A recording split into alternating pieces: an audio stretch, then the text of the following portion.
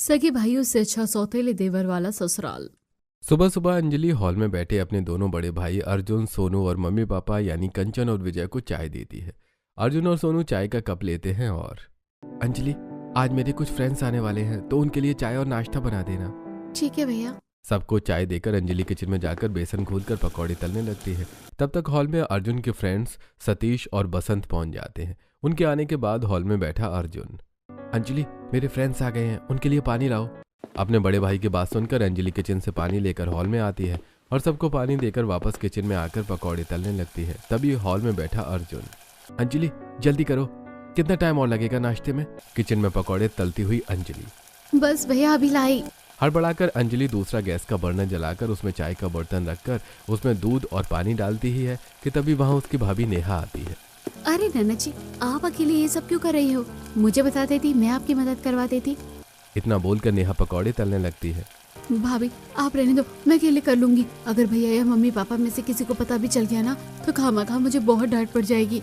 अरे मेरे पकौड़े तलने से भला आपको कोई क्यों डांटेगा? और आप घर वालों से इतना क्यों डरती हो? अपनी भाभी की मदद से अंजलि जल्दी से पकौड़े और चाय बनाकर हॉल में लेकर जाती है। लेकिन तब तक अर्जुन के दोस्त बसंत और सतीश जा चुके थे। मैंने तुमसे एक छोटा सा काम करने को कहा था, वो भी तुमसे नहीं हुआ। तुम्हें पता भी है वो भैया के दोस्त सिर्फ दोस्त ही नहीं, हमारे फ्यूचर बिजनेस पार्टनर्स भी है। वो चाय नाश्ता किए बिना ही यहाँ से चले गए। भैया चाय नाश्ता बनाने में थोड़ा टाइम तो लगता ही है ना। मैं तो आपके कहते ही पकोड़े तलती हुई चाय बनाने लगी थी। अंजलि का जवाब सुनकर अर्जुन को गुस्सा आ जाता है और वो उसे थप्पड़ मार देता है। उल्टा जवाब देती है। तब तक वहां नेहा भी आ चुकी थी। तभी वो अंजलि को गले से लगा लेती है और ये आप क्या कर रहे हो? ननद जी को थप्पड़ क्यों मारा आपने? भाभी आप अंजलि की तरफदारी क्यों कर रही हो? भैया ने बिल्कुल ठीक किया। जैसा इसने अपने भाइयों के साथ किया है ना, उसको यही सजा मिलनी चाहिए। अपने भैया का थप्पड़ और अपनी मम्मी की बातों से दुखी अंजलि भागकर अपने कमरे में चली जाती है। उसके पीछे नेहा भी जाती है और बिस्तर पर तकिए पर मुंह रखे रो रही अंजलि को उठाकर, नैना जी आपसे इस घर में अचानक सब इतनी नफरत क्यों करने लगे? मेरी आपके भैया से शादी होने से पहले तक तो ऐसा नहीं था। भाभी मैं आपको क्या बताऊं? तो फिर यही बता दो कि आपके भैया की नौकरी लगने वाली थी, फिर अचानक ऐसा क्या हुआ कि उनकी नौकरी नहीं लगी?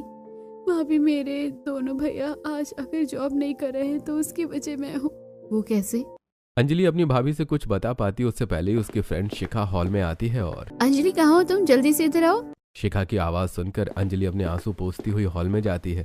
शिखा उसके दोनों हाथ पकड़ लेती है और अंजलि अगले हफ्ते मेरी एंगेजमेंट है और तुम्हें जरूर आना है। शिखा की बात सुनते ही अंजलि अपने दोनों भाइयों की तरफ देखने लगती है। शिखा ये बात समझ लेती है और अरे तू भैया की तरफ क्या देख रही है? मुझे पता है मेरे यहाँ आने से तेरे भैया नहीं मना करेंगे। अंजलि कहीं नहीं जाएगी। लेकिन भैया आखिर क्यों? मैंने मना कर दिया ना, वो कहीं नहीं जाएगी। अब तुम जाओ यहाँ से। अंजलि की खामोशी और उसके बड़े भाई की बेरुखी से शिखा दुखी होकर वहां से चली जाती है। पापा आप ही बोलो ना भैया, मुझे शिखा की सगाई में जाने दे। तेरे भाई ने मना कर दिया है ना तो तू कहीं नहीं जाएगी। आखिर मेरे साथ आप सब ऐसा क्यों कर रहे हो? अरे तेरी वजह से आज दोनों भाई बेरोजगार घर में बैठे हैं। ये बात तो भूल सकती है, हम नहीं। हाँ वो तेरे साथ बिल्कुल सही कर रहा है। बस तू अब जल्दी से शादी करके इस घर से चली जा तो हमें सुकून मिले। उनकी बातों से दुखी अंजलि अपने कमरे में चली जाती है। इस तरह कुछ दिन बीत जाते हैं। फिर एक दिन अंजलि के दोनों भाई घर आते हैं और हॉल में बैठे अपनी मम्मी पापा से, मम्मी पापा हमने अंजलि के लिए एक लड़का देखा है, उसका नाम है केदार। उसके एक शादीशुदा बहन और 6 सौतेले भाई हैं और उसके मम्मी और पापा। तभी वहां अंजलि आती है और अपने भाई की बात सुनकर, मैं ऐसे घर में शादी नहीं करूंगी। हमने तुमसे पूछा नहीं है। अगर लड़का तुझे पसंद कर लेता है तो तेरी शादी उसी से होगी। और तुम यहाँ क्या कर रही हो? जाओ हम सबके लिए चाय बना कर लेकर आओ।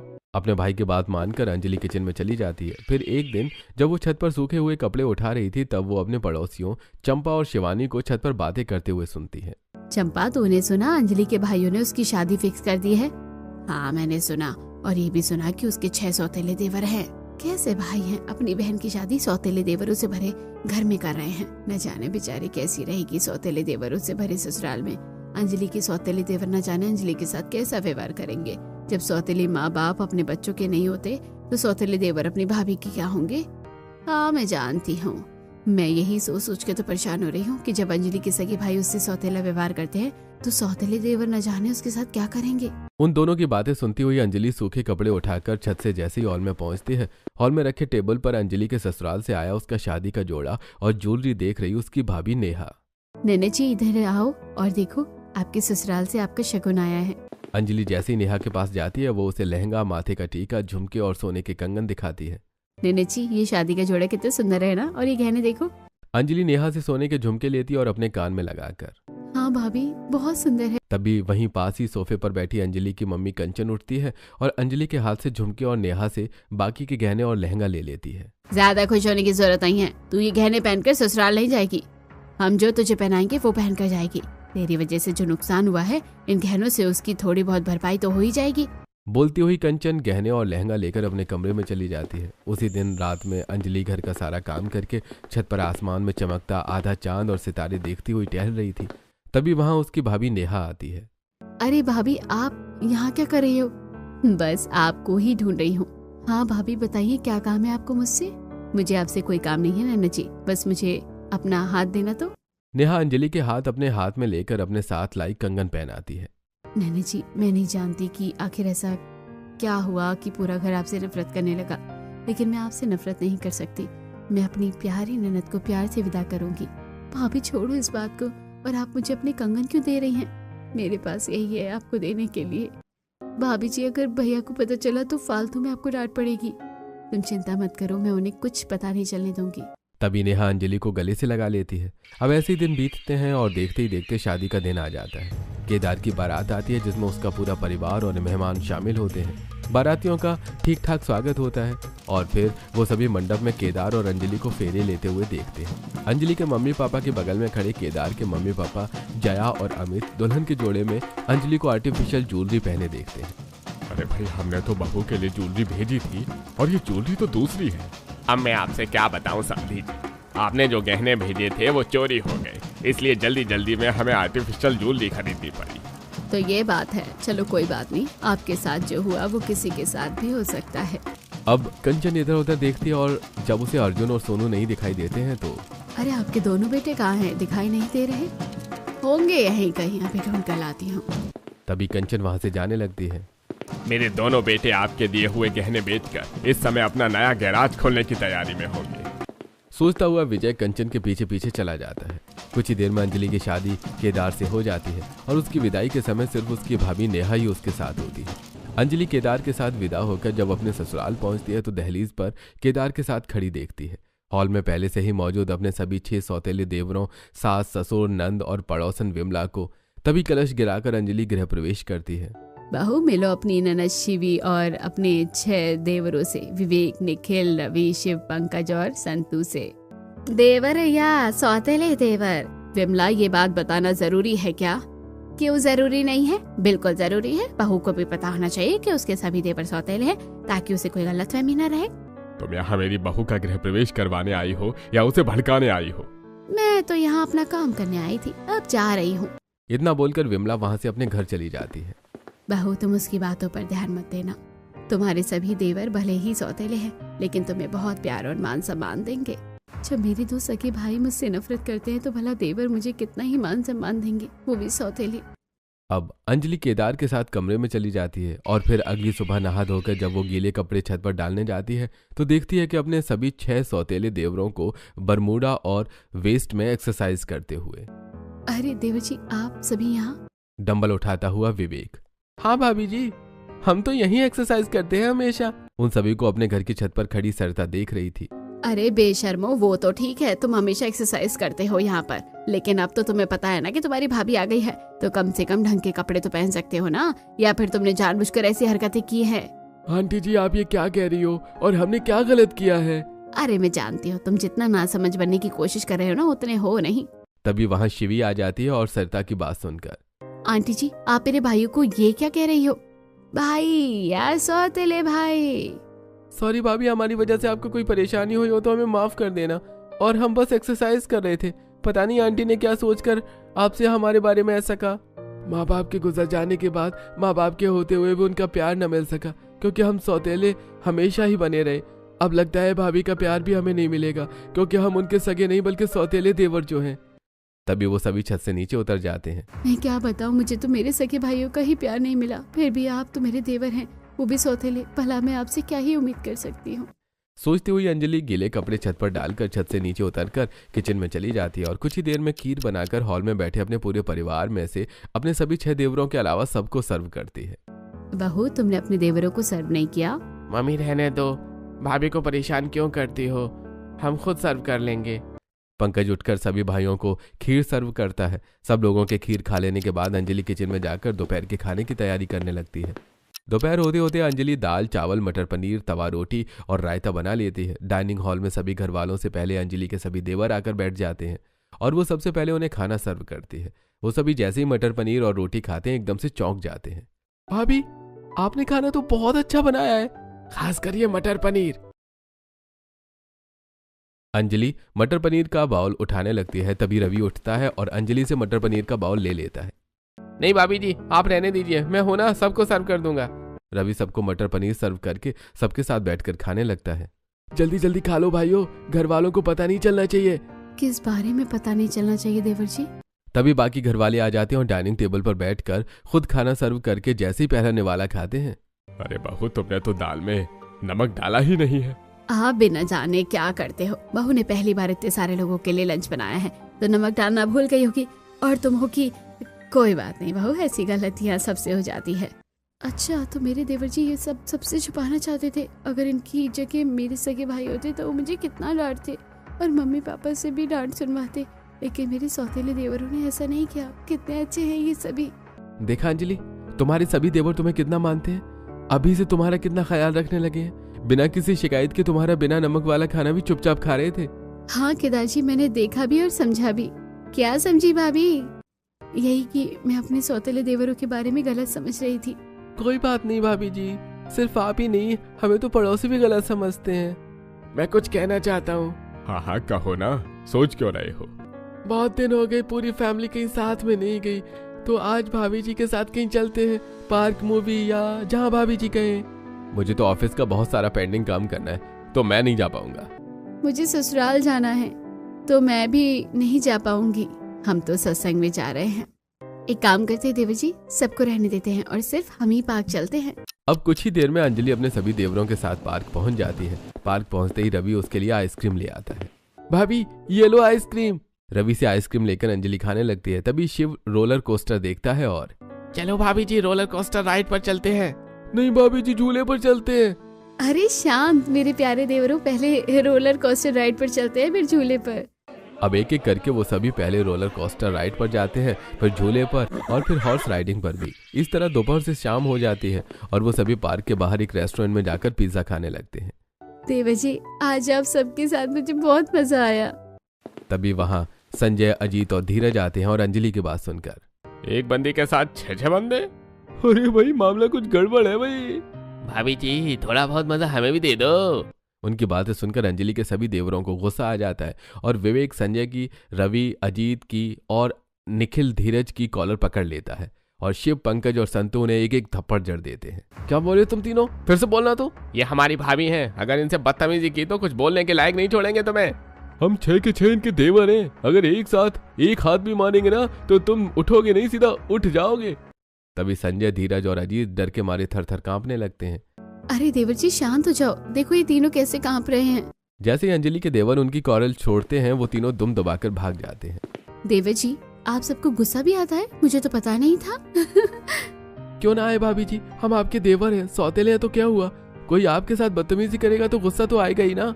हाँ देवर जी, आप सब मेरे देवर हो, लेकिन सौतेले देवर हो, ये मत कहना आज की बात। ठीक है भाभी जी, आज के बाद नहीं कहेंगे। अब पिज्जा खाकर वो सभी घर वापस लौट आते हैं और हॉल में पहुंचते ही, ठीक है भाभी जी, अब आप अपने कमरे में जाकर आराम करो, हम भी थोड़ा पढ़ाई कर लें। इतना बोलकर वो सभी अपने कमरे में चले जाते हैं, लेकिन अंजलि अपने कमरे में न जाकर किचन में जाती है और देखती है अपनी सास को झूठे बर्तन साफ करते हुए। मम्मी जी, आप बर्तन क्यों साफ कर रही हो? मुझे दो, मैं साफ कर देती हूँ। बहू, तुम थकी हुई होगी, जाकर आराम कर लो। नहीं मम्मी जी, इस उम्र में इतनी जल्दी थकान कहाँ आएगी। हाँ बात तो सही है, ठीक है तुम बर्तन साफ करो, मैं आराम करती हूँ। इतना कहकर अंजलि की सास किचन से कमरे में चली जाती है और अंजलि बर्तन साफ करने लगती है। बर्तन साफ करके अंजलि अपने कमरे की तरफ जा ही रही होती है कि तभी देखो तो मेरे देवर जी सच में पढ़ाई कर रहे हैं या कुछ और खिचड़ी पका रहे हैं। अब अंजलि अपने देवरों के कमरे की तरफ चल देती है और जैसे ही कमरे के अंदर पहुंचती है तो देखती है कि उसका बड़ा देवर विवेक बुक लिए सबसे क्वेश्चन पूछ रहा है। चीन का प्रधानमंत्री कौन है? बिना गूगल के जवाब देना। अंजलि के सभी देवरों का एक ही जवाब होता है, शी जिनपिंग। Xi Jinping. उनका जवाब सुनकर अंजलि को जोर की हंसी आ जाती है। अरे भाभी आप हंस क्यों रही हो? अरे मेरे बुद्धू देवर, चीन का प्रधानमंत्री नहीं होता, राष्ट्रपति होता है, और जिसे तुम प्रधानमंत्री बताया ना वो राष्ट्रपति है। ओह, जल्दी जवाब देने के चक्कर में हमने सवाल को ही इग्नोर कर दिया। भाभी जी आप तो बहुत इंटेलिजेंट हो, लेकिन भैया तो बता रहे थे कि आप ज्यादा पढ़ी लिखी नहीं हो। हाँ देवर जी, मेरे भाइयों ने मुझे आगे पढ़ने नहीं दिया। आपके भाइयों ने आपको आगे पढ़ने क्यों नहीं दिया? छोड़ो देवर जी, बहुत लंबी कहानी है, फिर कभी फुर्सत में बताऊंगी। अच्छा ठीक है, आप सब कंटिन्यू करो, मैं सोने जा रही हूँ अब। इतना बोलकर अंजलि अपने कमरे में चली जाती है। सौतेले देवरों से अपने भाइयों से भी ज्यादा प्यार पाकर अंजलि अपने सगे भाइयों को भूल चुकी थी, लेकिन उनका भूल जाना एक दिन अंजलि को उनकी याद दिला ही देता है। एक दिन अंजलि अपने भाइयों को याद करती हुई छत पर पापड़ सुखा रही थी। इतने दिन हो गए मेरे भाइयों ने मुझे याद भी नहीं किया, और सौतेले देवरों ने मुझे उनकी कमी महसूस होने नहीं थी। मतलब मेरे सौतेले देवर मेरे सगे भाइयों से भी अच्छे हैं। सोचते हुए अंजलि की आंखों में आंसू आ जाते हैं। तभी वहां उसके सभी सौतेले देवर और सास आ जाती हैं। वो सभी अंजलि की आंखों में आंसू देखते हैं। भाभी जी ये क्या है, आप रो क्यों रही हो? इतने दिन हो गए तुम्हारी भाभी को यहाँ आए हुए, उससे अपने मम्मी पापा और भाइयों की याद नहीं आ रही होगी? तो भाभी जी हमसे क्यों नहीं कहा, हम आपको मायके ले चलते। नहीं, मैं अपने मायके नहीं जाऊंगी। क्यों नहीं जाओगी भाभी जी? लड़कियां तो अपने मायके जाने के लिए पेटी बांधे तैयार खड़ी रहती हैं। मेरा मायका वैसा नहीं है देवर जी, जहाँ मायके वाले पल के बिछाए मेरे इंतजार कर रहे होंगे। मेरे मायके के दरवाजे मेरे लिए हमेशा हमेशा के लिए बंद हो चुके हैं। भाभी जी आप ऐसा क्यों बोल रही हो? कोई तो बात है जो आप हमसे छुपा रही हो। अगर आप हमें अपना सौतेला देवर मानती हो तो कोई बात नहीं, लेकिन अगर आप हमें सगा देवर मानती हो तो अपने दिल की बात बता सकती हो ना। अपने सौतेले देवरों का प्यार और सम्मान देखकर अंजलि अपने दिल में दबी बात उनसे कह देती है। कभी मेरे भैया भी मुझसे बहुत प्यार करते थे, जान थी मैं उनकी, लेकिन मेरी एक गलती से उनका प्यार नफरत में बदल गया और मैं उनके लिए पराई हो गई। उस दिन अंजलि अपने बड़े भैया अर्जुन की कमरे की साफ सफाई कर रही थी, लेकिन अनजाने में उसने अलमारी में कपड़े में बंद रखी अर्जुन और सोनू की सभी डिग्रियां कचरे में फेंक दी थी। और जब घर वालों को इस बात का पता चला तब सभी हॉल में इकट्ठा हुए और अंजलि को बहुत कुछ सुनाया। अंजलि तुमने जानबूझकर हमारी डिग्रियां फेंकी हैं क्योंकि तुम नहीं चाहती थी कि हम आगे बढ़ें, हम अपनी जिंदगी में कुछ करें। तुमने जो कुछ हमारे साथ किया है तुम्हें उसकी सजा जरूर मिलेगी। आज से तुम्हारी पढ़ाई बंद, आज से तुम्हारा घर से निकलना बंद। भैया मैं मानती हूँ मुझसे बहुत बड़ी गलती हुई है, लेकिन मुझे इतनी बड़ी सजा मत दो, मेरी पढ़ाई मत बंद करवाओ। अंजलि तुम्हारी वजह से अब कहीं भी नौकरी भी नहीं कर पाएंगे और तुम्हारी किए की जितनी भी सजा तुम्हें दी जाए उतनी कम है। छत पर अपने सभी देवरों और सास से यह बात बताते हुए अंजलि फूट फूट कर रोने लगी थी। उसके दिल का दर्द जो बाहर आ गया था। बस उसी दिन से मैं अपने भाइयों के दिल से उतर गई। वो मेरे साथ सौतेला व्यवहार करने लगे। अब अंजलि के गले से आवाज नहीं निकल रही थी। जया उसके पास आती है और गले लगाकर उसके आंसू पोंछती है। भाभी जी आप दुखी मत होइए, हमें पता है कि जब बेवजह कोई नफरत करता है और सौतेला व्यवहार करता है तो कैसा लगता है। हमने अपने मम्मी पापा भैया और दीदी को सगे बेटे और भाइयों से बढ़कर प्यार देने की कोशिश की, लेकिन लोगों की नजरों में हम हमेशा सौतेले ही रहे। देवर जी अब कोई आपको सौतेला कहे तो मुझे बताना, मैं मुंह नोच लूंगी उनका। आप मेरे सौतेले नहीं बल्कि सगे देवर हैं। अरे भाभी जी माहौल बहुत गंभीर हो गया है, फिर से इसे खुशनुमा बनाते हैं और शॉपिंग करके आते हैं। लेकिन देवर जी बहू तुम्हारे देवर कह रहे हैं तो कराओ शॉपिंग, तुम्हारा मूड भी चेंज हो जाएगा और बच्चों का भी। अब अंजलि अपने सभी देवरों के साथ मॉल में पहुंच जाती है, जहां विवेक और निखिल उसे साड़ी दिलाते हैं, पंकज और संतु उसे सैंडल और रवि और शिव उसे पर्स दिलाते हैं। भाभी जी बताओ ना, साड़ी पर्स और सैंडल सब कैसे हैं? साड़ी और सैंडल तो बहुत अच्छे हैं, लेकिन पर्स का कोई जवाब नहीं देवर जी। बोलती हुई अंजलि अपना पर्स वहीं काउंटर पर रख देती है और रवि और शिव का दिया पर्स कंधे पर टांग लेती है। भाभी जी शॉपिंग तो हो गई, अब कुछ खा पी लेते हैं, बहुत भूख लगी है। वो सभी मॉल के एक रेस्टोरेंट में जाते हैं और टेबल पर बैठ जाते हैं। देवर जी आप सबने मुझे इतनी सारी शॉपिंग करवाई तो आप सबको ट्रीट मेरी तरफ से। भाभी जी ट्रीट देने से पहले पर्स तो चेक कर लो, पैसे हैं भी या नहीं। शिव की बात सुनकर जैसे ही अंजलि अपने पर्स में हाथ डालती है, अरे मैं अपना पर्स कैश काउंटर में ही भूल आई, अभी लेकर आती हूँ। भागती हुई अंजलि रेस्टोरेंट से निकलकर पर्स की दुकान में जाती है, जहां अंजलि के दोनों भाई अर्जुन और सोनू सतीश और बसंत के साथ आते हैं। यार अर्जुन, इतनी बड़ी सक्सेस को तुम एक छोटी सी ट्रीट में नहीं सेलिब्रेट कर सकते, हमें तो बड़ी पार्टी चाहिए। हाँ भैया, आज हमारा गैराज शहर का सबसे बड़ा गैराज बन गया है, तो उसकी खुशी में तो पार्टी भी तो ग्रैंड होनी चाहिए। अरे भैया, अगर तुम दोनों भाई नौकरी के चक्कर में पड़ गए होते तो आज इतना सक्सेसफुल नहीं हो पाते। मैं नौकरी करना चाहता था, लेकिन किस्मत ने मुझे इतने बड़े गैराज का मालिक बना दिया। उनकी बातें अंजलि के देवर सुन रहे थे। वो सभी उनके पास आते हैं और हाँ, सही बात है, हम चाहे जो कुछ भी कर लें, डेस्टिनी हमें वहां तक ले ही आती है जहां जाना हमारी किस्मत में होता है। तुम सब तो मेरी बहन अंजलि के देवर हो ना, आओ तुम भी हमारे साथ सेलिब्रेशन में शामिल हो जाओ। वो तो हम शामिल होंगे ही, लेकिन आपको सबसे पहले अपनी बहन को अपने सेलिब्रेशन में शामिल करना चाहिए। आज अगर आप शहर के सबसे बड़ी गैराज के मालिक बनने की खुशी मना रहे हो तो वो आपकी बहन और हमारी भाभी की वजह से है। क्या बकवास कर रहे हो? हमारी भाभी ने हमें बताया था कि उन्होंने गलती से आपकी डिग्रियां कचरे में फेंक दी थी। अगर उन्होंने वो गलती न की होती तो आज आप दोनों नौकरी कर रहे होते, शहर के सबसे बड़ी गैराज के मालिक बनने की खुशियां नहीं मना रहे होते। ऐसा तो मैंने कभी सोचा ही नहीं। ऐसा कुछ नहीं है, उसने हमारी जिंदगी भर की मेहनत कूड़े में फेंक दी। अच्छा एक बात बताओ, उससे पहले आपकी बहन ने आपके साथ क्या गलत किया था? तभी विवेक की बात सुनकर वो दोनों खामोश हो जाते हैं। कुछ याद नहीं आ रहा ना? क्योंकि हम जानते हैं कि जब हमारी भाभी अपने सौतेले देवरों से इतना प्यार कर सकती है तो वो अपने सगे भाइयों पर तो जान छिड़कती होगी, और आपके साथ कभी उन्होंने गलत नहीं किया होगा। तुम सही कह रहे हो, हम दोनों भाइयों ने अपनी बहन की सिर्फ एक गलती की वजह से उसकी सभी अच्छाइयां भुला दी और हमारा प्यार उनके लिए नफरत में बदल गया। कहाँ है हमारी बहन? हमें उसके पास ले चलो, हमें उससे माफी मांगनी है और अपने किए का पश्चाताप भी करना है। अंजलि रेस्टोरेंट के दरवाजे पर खड़ी उन सबकी बातें सुन रही थी। वो दौड़कर अपने भाइयों के पास आती है और भैया मैं यही हूँ, कहीं जाने की जरूरत नहीं है। उसके दोनों भाई आंखों में आंसू लिए और हाथ जोड़े उसके सामने खड़े हो जाते हैं और अंजलि, हमसे बहुत बड़ी गलती हो गई, हमें माफ कर दो। भैया मुझसे भी बहुत बड़ी गलती हो गई थी, मुझे भी ध्यान देना चाहिए था, बिना देखे ही मैंने सारे डॉक्यूमेंट फेंक दिए। अरे पगली, जो हुआ सो हुआ, उसे भूल जाओ। तुम्हारी उसी गलती की वजह से आज तुम्हारे भाई इतने सक्सेसफुल हुए हैं, और ये बात हमें तुम्हारे देवरों ने समझाई है। तभी अर्जुन और सोनू अंजलि को गले से लगा लेते हैं। अंजलि, अगर तुम्हारे सौतेले देवर न होते तो हमें अपनी गलती का एहसास न होता। मतलब तुम्हारे सौतेले देवर तो तुम्हारे सगे भाइयों से बढ़कर निकले। भैया मेरे देवरों को सौतेला मत कहो, ये सभी बहुत अच्छे हैं।